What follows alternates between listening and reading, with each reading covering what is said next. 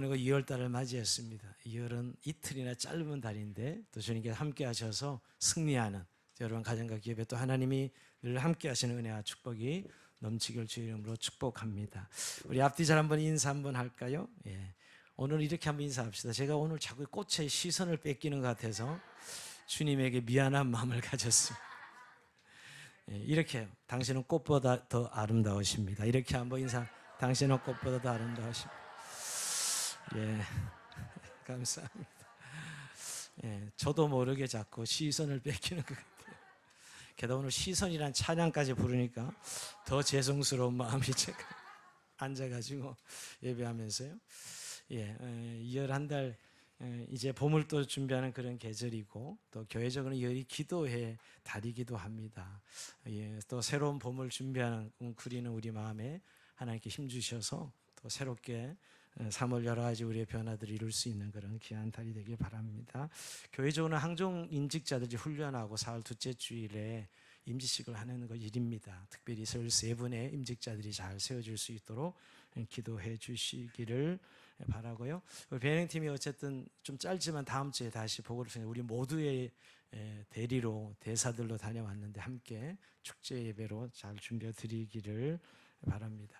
우리 교우들 중에는 우리 정인 입사님 허리 수술하고 오랫동안 입원하셨는데 오늘 이렇게 퇴원하시자마자 또 바로 성가대 쓰시고 나오셨습니다. 모든 회복될 수 있도록 기도해 주시면 감사하겠습니다.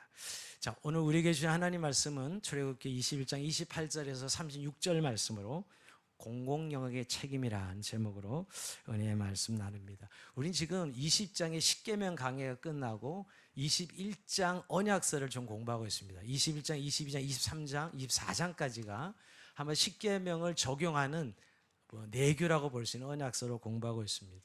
지지난주에 종에 대한 규례를 살펴봤고 지난주에 상해나 폭행에 대한 규례를 살펴봤고 오늘 세 번째인데요. 오늘 소를 소유한 주인이 져야 될 책임에 관한 말씀입니다.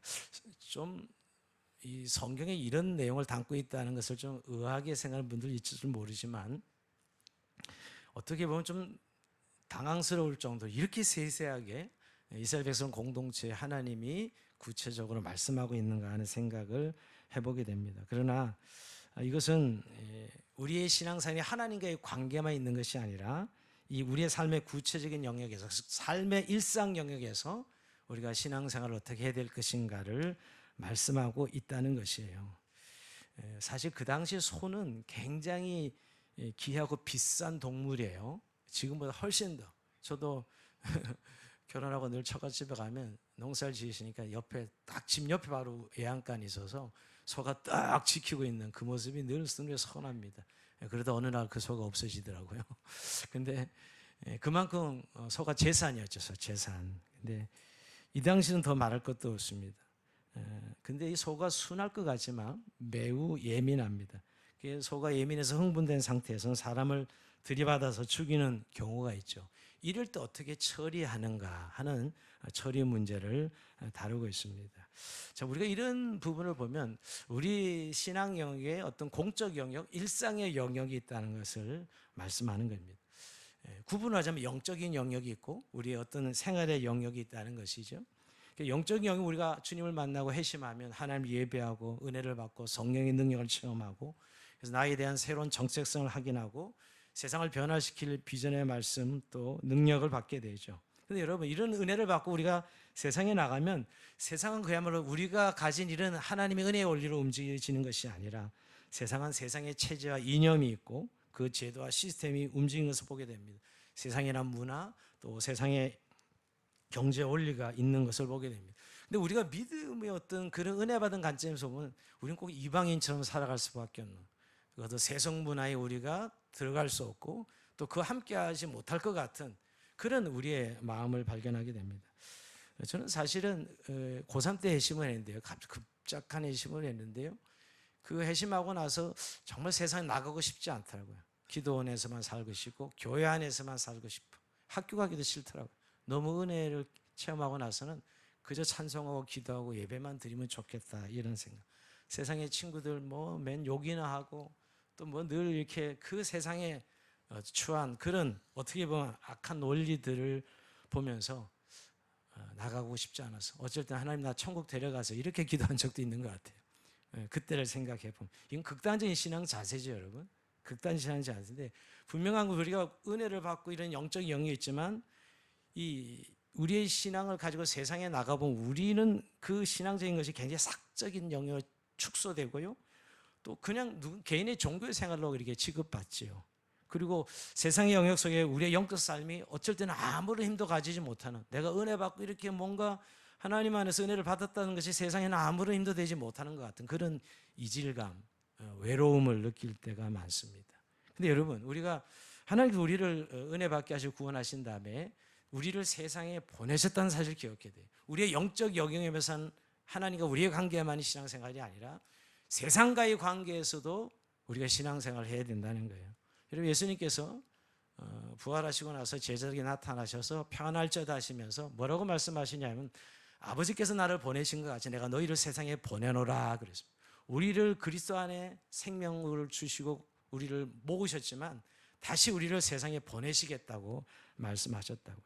그러니까 우리의 신앙의 영역이 영적인 영역만 있는 것이 아니라 영역으로 보면 세상 속에서 우리가 믿음으로 살아가는 것이 실제 우리의 삶의 영역인 것을 말씀하고 있다는 것이, 즉 우리의 전 삶에 하나님과의 관계에서 맺어지는 그런 영적인 은혜들을, 즉 하나님 나라의 원리대로 살아낼 것을 말씀하고 있는 것이죠.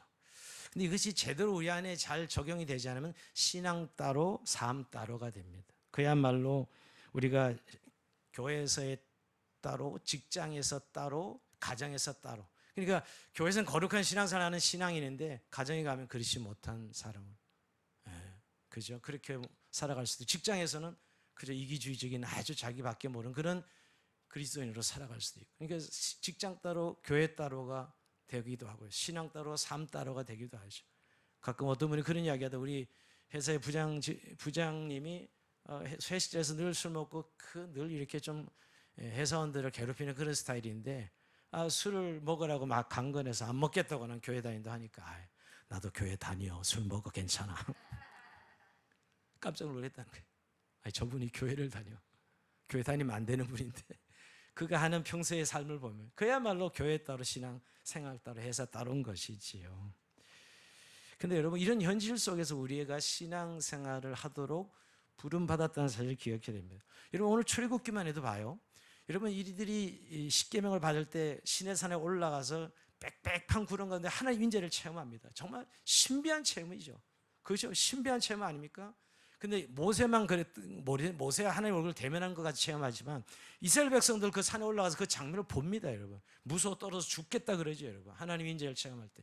이런 영적인 영역이 있지만 오늘 이 본문처럼 21장에 오늘 종에 대한 규례, 폭행의 사형에 사람을 치는 것에 대한 규례, 오늘 이렇게 소가 사람을 받아들이는 이런 경우까지도 말씀하고 있다는 거예요. 그러니까 우리가 하나님과의 관계만 있는 것이 아니라 우리의 공공 영역에서도 하나님과의 관계가 있다는 사실을 말씀하고 있는 것이죠. 즉 공공 영역에서 어떻게 하나님 나라 백성의 정체성을 드러내며 살아가야 되는가 하는 문제를 오늘 우리가 이 본문 속에 다루고 있습니다. 오늘 크게 한 세 가지, 짧게나면 네 가지가 나오고 있는데요. 첫째는 소가 사람을 받아 죽인 경우입니다. 28절 보면 여러분, 소가 남자나 여자를 받아서 죽이면 그 소는 반드시 돌로 쳐서 죽일 것이요 그 고기는 먹지 말 것이며 임자는 형벌을 면하리라, 이렇게 말씀하고 있습니다. 자, 소가 사람을 받아 죽인 경우입니다. 근데 그 당시 사실 소가 굉장히 비싸고 귀하기 때문에 주인은 이런 사고가 나면 이런저런 핑계를 댈 거예요. 왜 하필이면 소 근처에서 얼쩡거리다 치었냐, 이런 바다 바쳤냐, 이렇게 이야기하겠죠. 절대 소를 내어주지 않을 게, 소가 얼마나 비싸고 귀한 것인데. 근데 하나님이 이런 예기치 못한 우발적인 사건이라 하더라도 사람의 생명을 앗아간 소는 반드시 돌로 죽이라고 이야기합니다. 사람을 받아 죽인 소는 돌로 죽이라. 그리고 여러분, 그 이유는 돌로 죽인다는 의미인 것은 하나님의 질서에 반역하는 것에 대한 심판의 의미를 담고 있습니다. 그리고 더 중요하게 이렇게 죽인 소의 고기는 절대 먹으면 안 됩니다. 소고기가 얼마나 중요한 그 당시에 그 연양 공급원인데 이 죽인 소, 즉 사람을 받아서 죽인 소는 먹으면 안 되는 것이에요. 왜죠?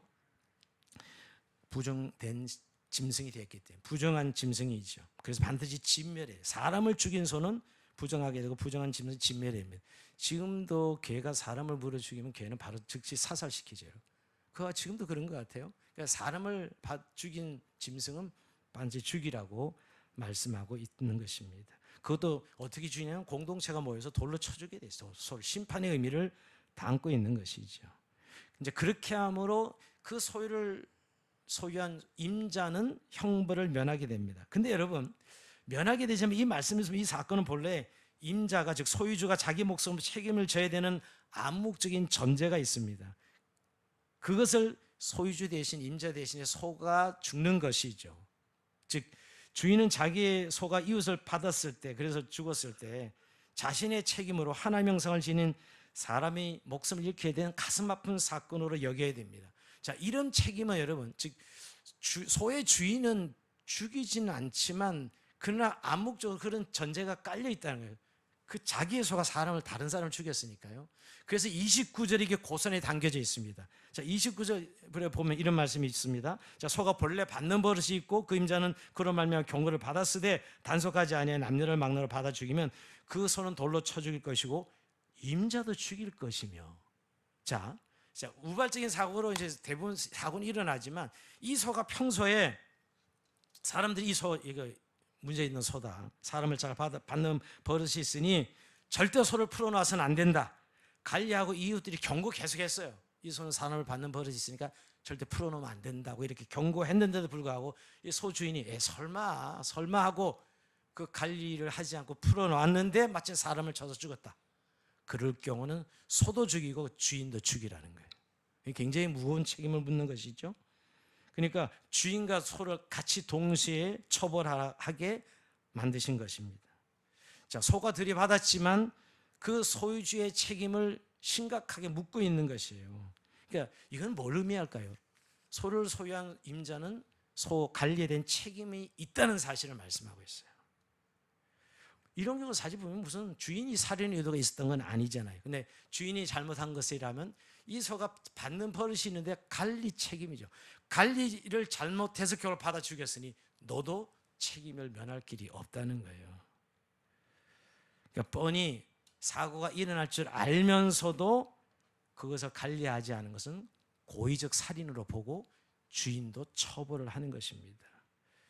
자, 이 처벌 규정을 보면서 하나님의 형상을 만드신 사람의 생명을 얼마나 하나님이 중시하는가를 보게 됩니다. 우리 지난주에 사람을 죽인 자는 반드시 죽이도록 하신 그 맥락에서 이 본문을 이해할 수 있죠. 그러면서 이 처벌정을 보면서 우리는 공공영역에서 안전을 우리가 책임지고 있다는, 즉 적어도 소유를 소유한 자기의 관리하에 있는 주인들은 반드시 관리 책임이 있다는 사실을 분명히 이야기하고 있어요. 또 공공영역에서 책임이지요. 공동체의 공공성을 말하고 있는 것입니다. 저는 이 본문을 보면서 지난 얼마 됐네 크레인 사고가 일어나서, 여러분 건설 현장 보면 다 크레인이죠. 요새 크레인으로 고층 건물 짓지 않습니까?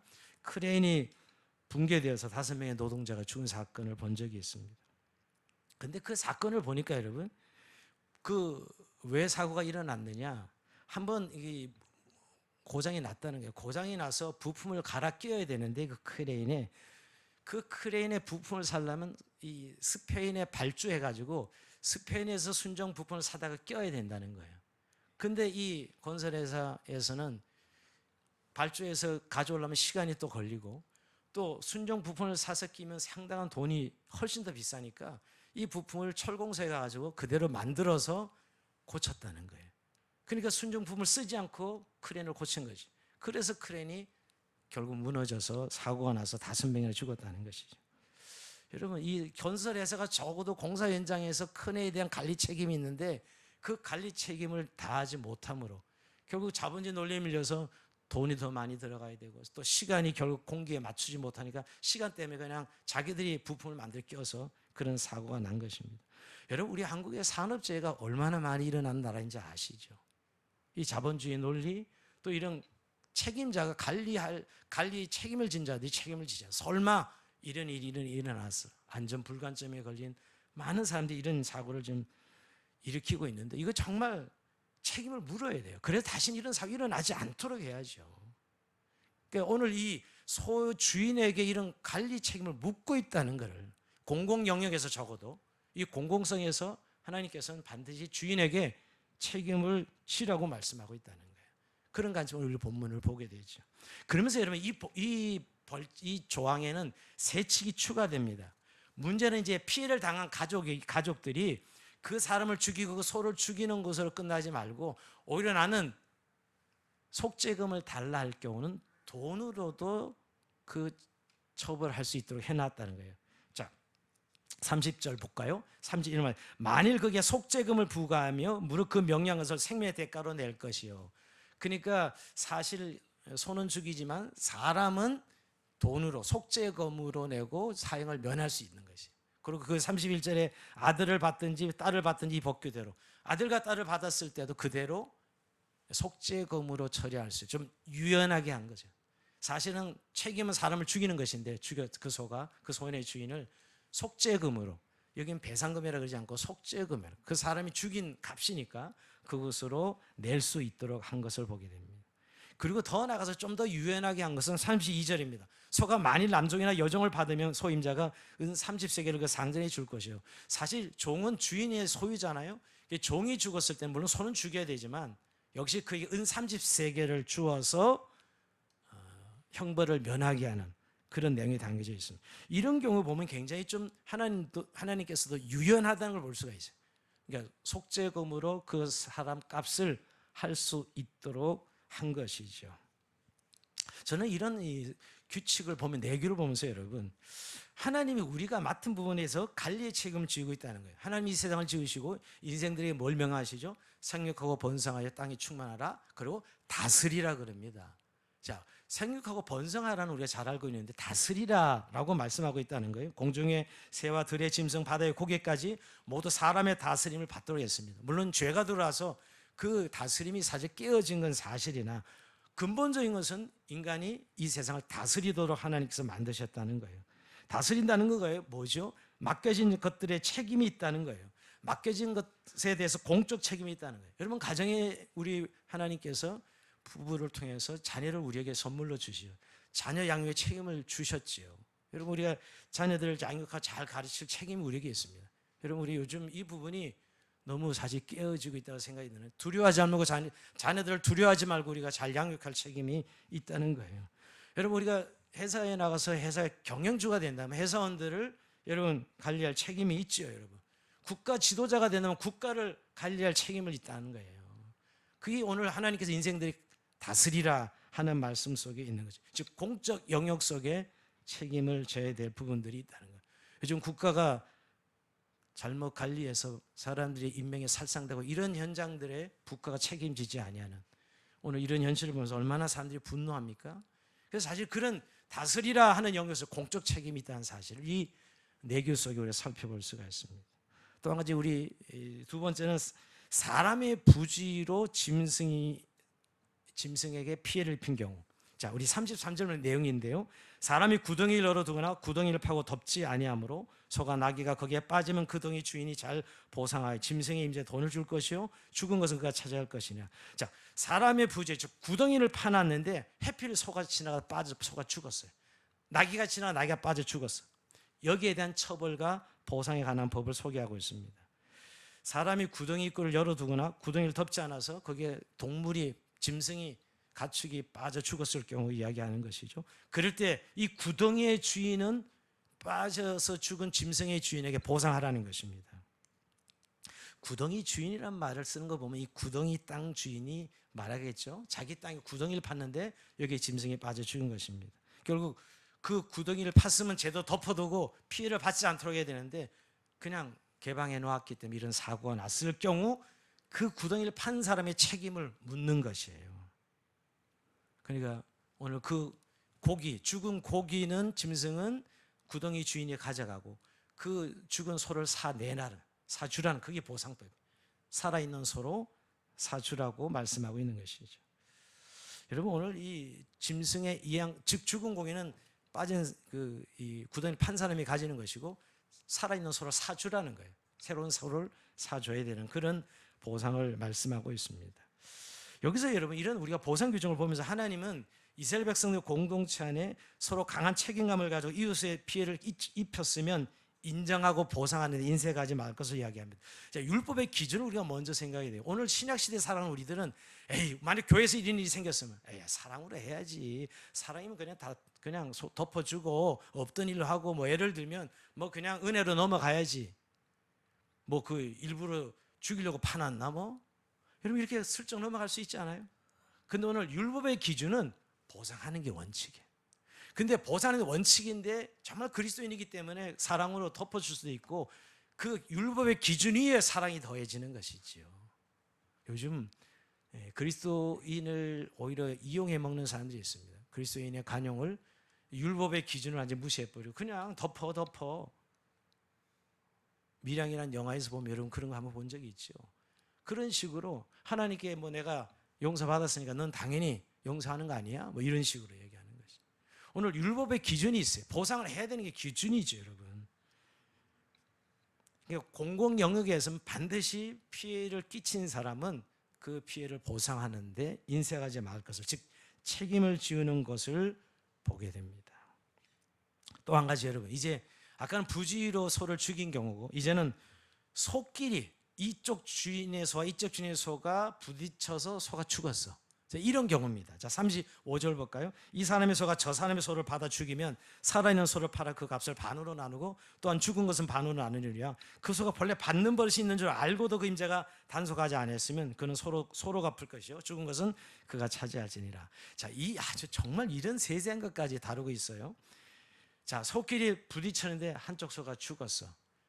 한쪽 소는 살았어. 그럼 어떻게 해야 돼요? 쌍방가시로 인정하고 죽은 소도 반으로 나누고 가지고 죽은 고기도 반으로 하고 살은 것도 반으로 해서 반띵하는 거예요. 그러니까 쌍방가시를 인정하는 것이죠. 소끼리 부딪혀 죽었으면. 우연한 사고니까 반반씩 나누라. 이건 어떻게 보면 공평하지요. 뭐 그건 보상도 아니고 뭐 서로 가시를 인정하고 근데 네 소가 죽었다 해서 내가 갚아야 돼 이런 게 아니라 결국 한쪽 소가 죽었으면 죽은 소도 반으로 나누고 산 소도 반으로 나누게 됩니다. 그런데 여기도 또 책임이 부과돼.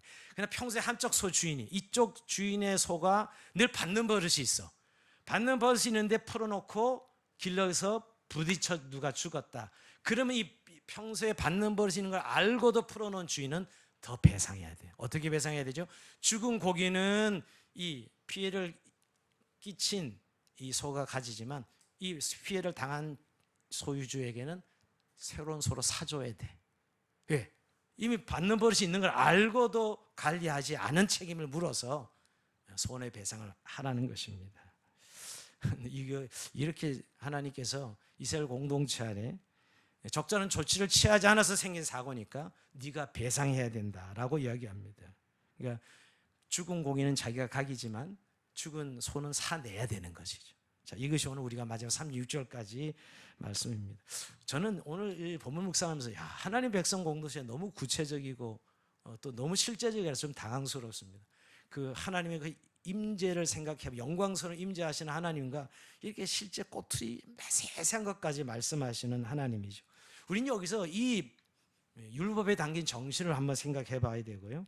또 오늘날 우리는 어떻게 적용해야 되는가 하는 것이 이 말씀을 대할 때 우선 이 율법에 담긴 정신 그리고 이걸 어떻게 적용해야 되는가. 사실 오늘 우리 지금 살아가는 실생활에서 이런 일이 생기면 우리의 상식선에서 서로 피해 사실을 주고받는 경우도 그리고 해결이 안 되면 법으로 해결하지. 법으로 결국 국가가 정한 법률에 따라서 피해를 보상하고 받게 됩니다. 어떻게 보면 우리 이 본문과 우리는 별 상관이 없어요. 지금 그러고 보면 그렇지 않아요? 이건 이미 우리의 상식 수준에서 국가가 정한 법에 의해서 이루어지지 우리가 이걸 가지고 지금 적용할 수 있는 것은 아니잖아요. 그러나 여전히 오늘 이 말씀은 우리에게 율법에 담긴 정신으로 교훈하고 있습니다. 즉 적어도 그리스도인으로서 공공 영역에서 어떻게 살아가야 되는가라는 것을 말씀하고 있는 것이죠. 여러분 마태복음 5장 13절 이하에 예수님께서 산상수훈에 이렇게 말씀하셨습니다. 너희는 세상의 소금이니 소금이 만일 그 맛을 잃으면 무엇으로 짜게 하리요? 후에는 아무 쓸데없어 다만 밖에 버져 사람에게 밟힐 뿐이라. 너희는 세상의 빛이라. 산 위에 있는 동네가 숨겨지지 못할 것이요 사람이 등불을 켜서 마라에 두지 아니하고 등경에 두나니 이름으로 집안 모든 사람에게 비치느라. 이와 같이 너희 빛이 사람 앞에 비치게 하여 너희의 착한 행실을 보고 하늘에 계신 너희 아버지께 영광을 돌리게 하라. 이렇게 말씀하고 있습니다. 적어도 우리에게 이 세상 속의 공공 영역에서 빛된 삶, 소금의 삶을 강조하고 있다는 거예요. 여러분, 우리의 일상 공공 영역에서 그리스도인들의 삶 속에 빛된 삶을 요구하고 있는 것이에요. 즉 공의로운 삶을 요구하고 있는 것이죠. 여러분, 근데 큰 게 아니면 왜 질서 지키는 거, 공적 영역에서 뭐 예를 들면 우리가 뭐 요즘 쓰레기 봉투에다가 사실 쓰레기를 버려야 되는데 정한 다른 일반 봉투에 슬쩍 버리는 그런 경우들, 그런 분 한 번도 없으시죠? 근데 여러분, 그렇다면 이 공적인 영역에서 질서를 어지럽히는 거죠.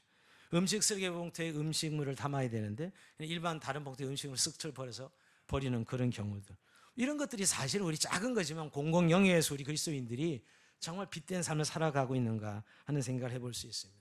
저는 현대인들의 가장 큰 재앙은 이 교통사고입니다.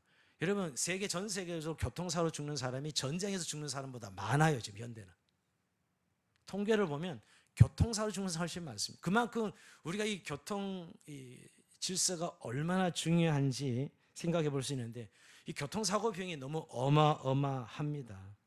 근데 여러분, 교통신호 지키는 것부터, 그리고 운전자가 신호를 따라서 질서를 따라 운행하는 것, 얼마나 중요한 공공 영역의 질서입니까? 근데 사실 이런 부분을 우리가 별로 크게 생각하지 않는다는 거예요. 여러분, 한 사람이 공공 영역에서 질서를 잘 지킬 때 그 사회는 아름다운 사회가 될 수 있는 것이죠. 여러분, 우리가 사람과의 관계에서 예의를 지키는 것, 또 우리가 어떤 공공장소에 하면 줄을 서고 질서를 세워가는 것, 이런 것들이 사실은 그리스도인에게는 일상생활에서 빛된 삶을 세우는 영역이라는 것입니다. 저는 늘 횡단보도에서 파란불이 켜졌는데 차들이 많이 지나갑니다. 요즘은 굉장히 단속을 많이 하지만 그럴 때마다 행인들은 한 번씩 욕을 하고 지나가더라고요. 그 지나가는 차를 보면서. 그럴 때마다 이 사회가 요거 하나만 잘 지켜도 저런 욕이 안 나오고 참 행복하고 즐겁게 사회생활을 할 수 있을 터인데 하게 됩니다.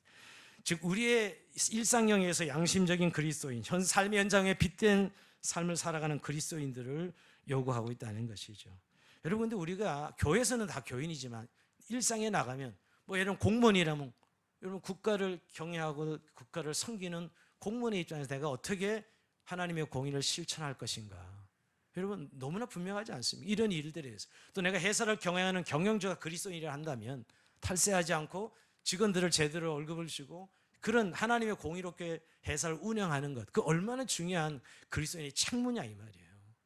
오늘 이 율법의 정신을 우리가 해석해 본다면, 여러분, 또 내가 국가 지도자가 된다면, 우리 중에 국가 지도자로서 국가를 경영할 때 정말 하나님의 공의로운 질서에 따라서 나라를 책임을 져야 되는데 그냥 자기 명예, 자기 권력 욕망에 젖어서 사실 그런 데는 관심도 없고 어떻게 하든지 권력을 지키려는데 눈이 먼 이런 지도자들을 보면서 너무 안타까워하지 않습니까? 근데 많은 사실 정치계의 그리스도인이 3분의 1이 놓는다 그럽니다.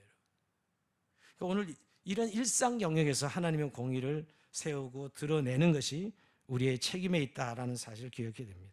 그리고 정말 특히 산업재해가 일어난 이런 현장 속에서 우리 그리스도인들이 책임을 지고 그 부분을 재발하지 않도록, 그 부분을 우리가 계속해서 한 시민으로서, 한 국민으로서 계속 한 억울한 일이 생기지 않도록, 억울한 사람이 생기지 않도록 우리가 노력해야 된다는 사실입니다.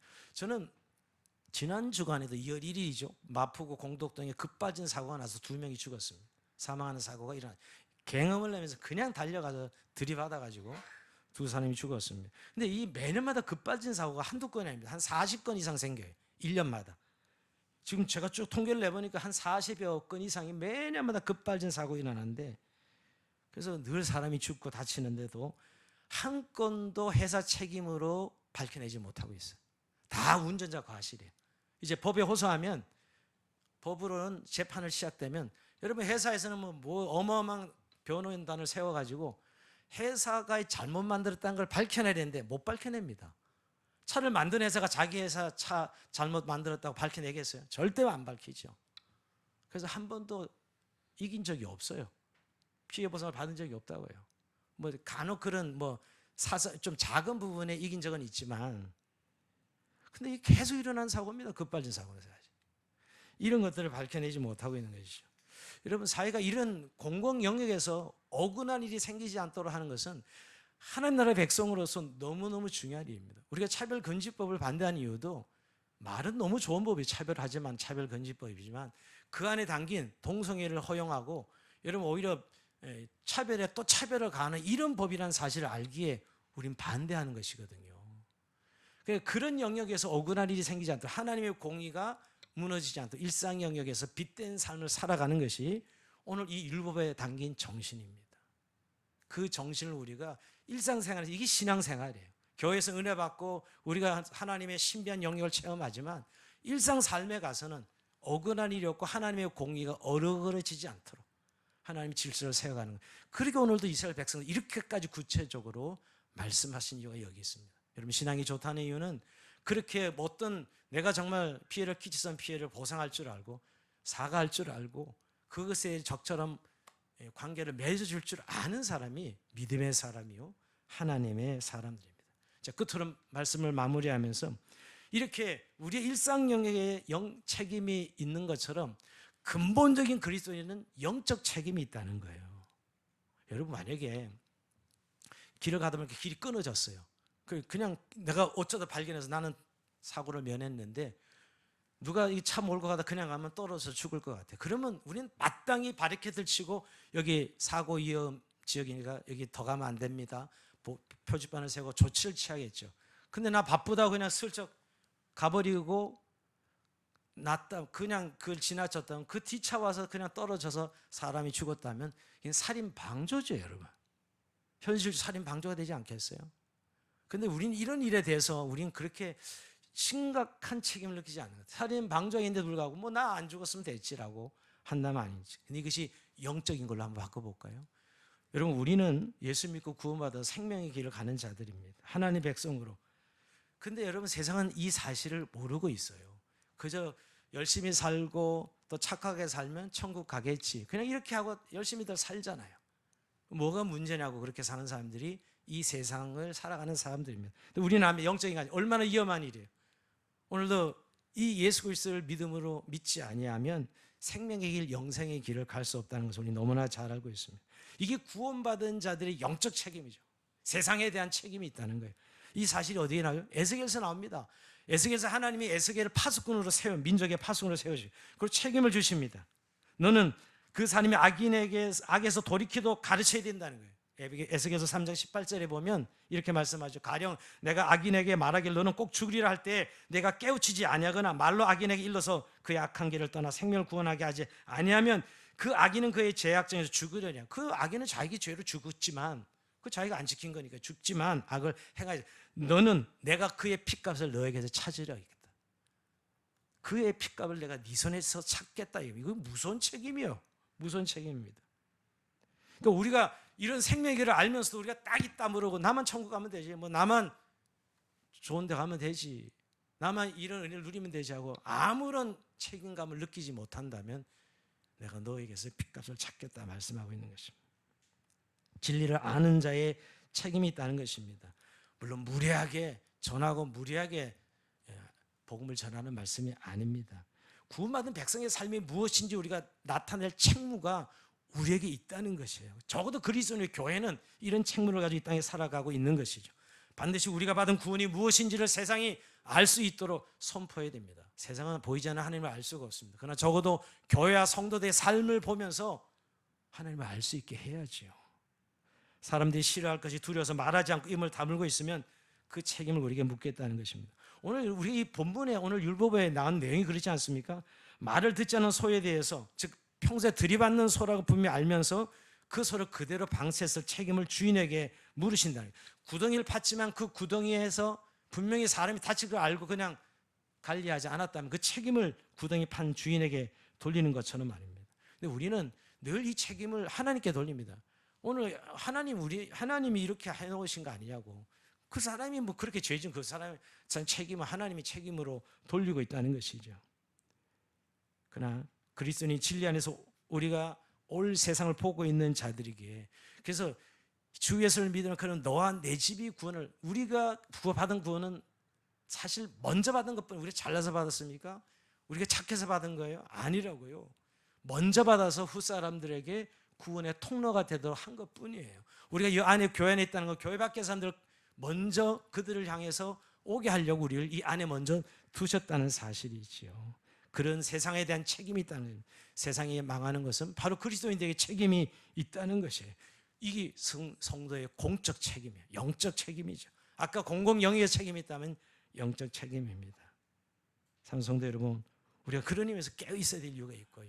영적 삶을 우리가 일상생활에서 또 이 영적 생활에서 다 함께 살아갈 이유가 오늘 이 말씀 속에 있는 걸 기억하시고, 남을 이 말씀 가운데 승리하는 저 여러분 삶이 될 주의 이름으로 축원드립니다.